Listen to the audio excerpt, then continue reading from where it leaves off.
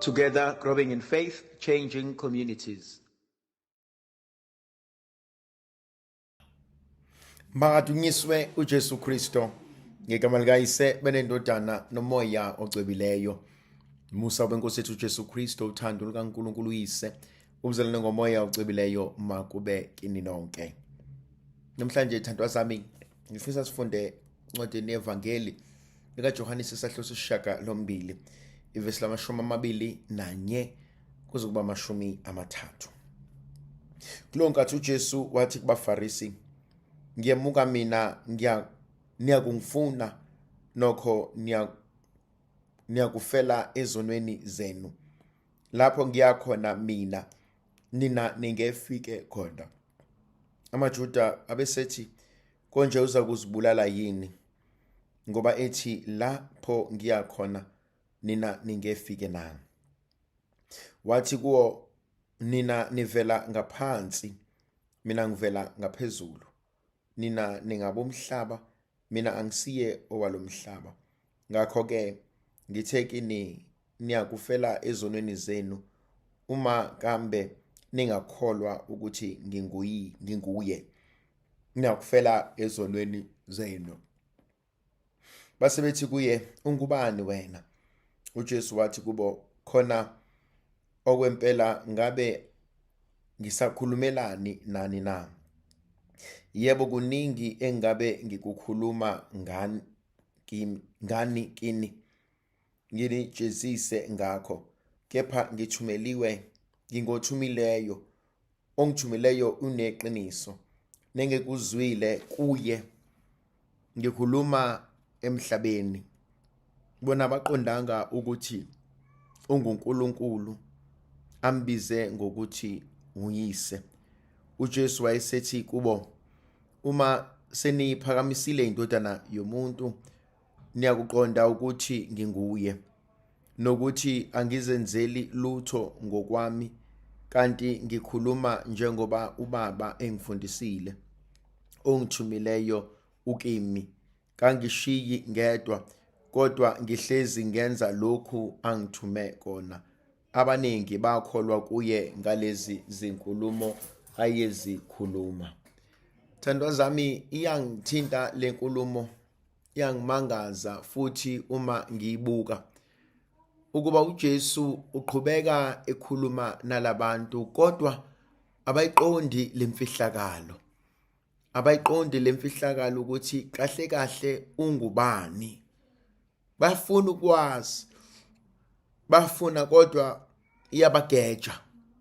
Abatshela ukuthi akaveli yena la kuvela khona laba. Abatshela ukuthi yena uvela emfihlakalweni enoyise, kodwa bayiqondi lenkonzo akhuluma ngayo.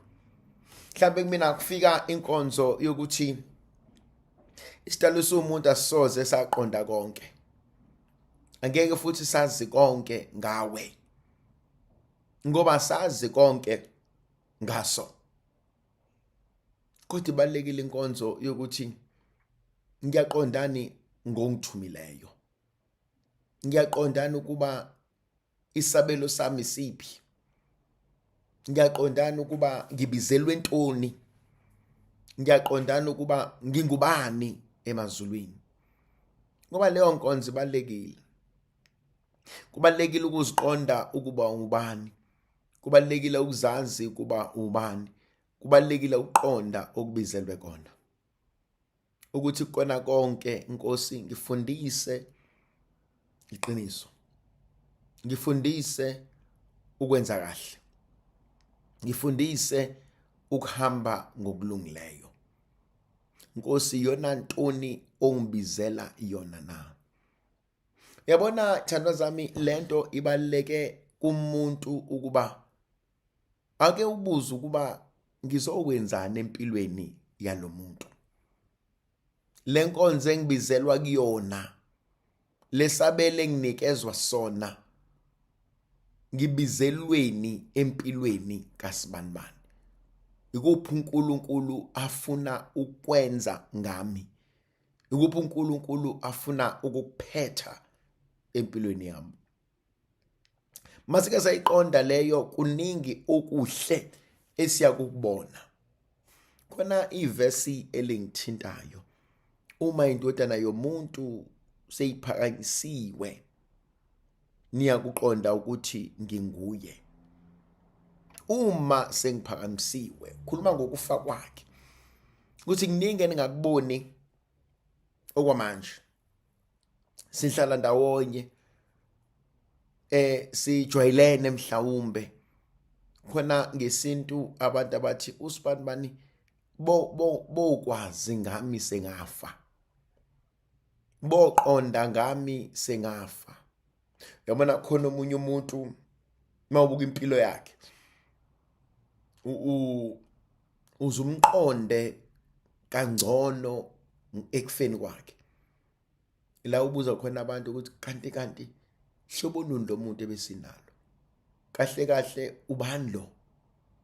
Uthola ukuthi beningaqondi, sonke senze ngokujwayela, and kodwa kuthi ekufeni kwakhe bese amehlitha imbuleka, bese siya realize ukuthi isho salenza iphutha la.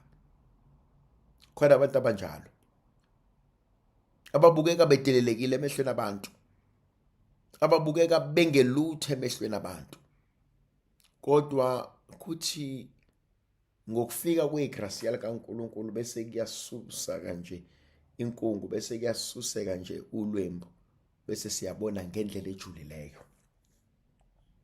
Kunenkonzo engithintayo kuleli ivangeli. Uma uJesu ethi lapho ngiya khona mina nina ningefinyelele khona, ijulile le, ngoba ukhuluma ngokuthi ngiyakubaba and nina niyibaba. Kodwa khona into ebuyijule futhi ukuthi akusiyo yonke indawo yakuyona abantu abayofinyelela kuyona. Ngibuka lento nasendaweni yokukholwa, ukuthi abantu bagqoka okholo la kusho ukuthi bambulelwe imfihlakalo efanayo, ukuthi abantu baguqa ngamadolo bakhuleka kusho ukuthi bane connection efanayo noNkulunkulu, ukuthi abantu bagudle eswini esodwa kusho ukuthi bayefana. Umuntu nomuntu unemfihlakalo uNkulunkulu ayambulayo kuyena. Kunezinto uNkulunkulu azenzayo kuwena angazenzanga komunye umuntu. Kunezinto uNkulunkulu azivezayo kuwena angayivezanga komunye umuntu. Kunezinto uNkulunkulu azoziphetha ngawe